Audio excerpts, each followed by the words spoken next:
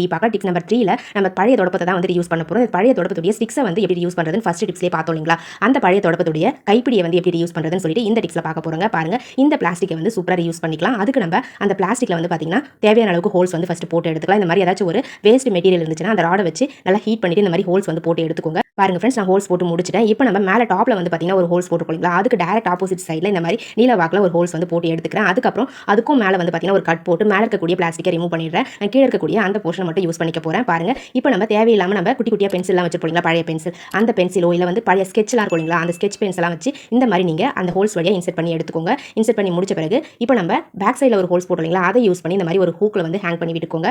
இதை வந்து ஒரு சூப்பரான கிளாஸ் ஸ்டாண்ட் மாதிரி நம்ம யூஸ் பண்ணிக்கலாம். நம்ம கிச்சன்ல நம்மளுக்கு தேவையான இடத்துல இதை ஹேங் பண்ணிக்க முடியும். ரொம்பவே சிம்பிளா இருக்கிறதால எந்த இடத்துல வேணாலும் நம்ம ஹேங் பண்ணிக்கலாம். அதே மாதிரி டாப்ல வந்து பாத்தீங்கன்னா இந்த மாதிரி டீ வடிகட்டெல்லாம் வச்சுக்கலாம், இல்லை கரண்டிகளாக வச்சுக்கலாம், ஸ்பூன் வச்சுக்கலாம். கீழே வந்து பாத்தீங்கன்னா இந்த மாதிரி கிளாஸ்லாம் நம்ம ஹேங் பண்ணி யூஸ் பண்ணிக்கலாம். ரொம்பவே கம்ஃபர்டபுளாக இருக்கும், ரொம்ப ஸ்ட்ராங்காகவும் இருக்கும்.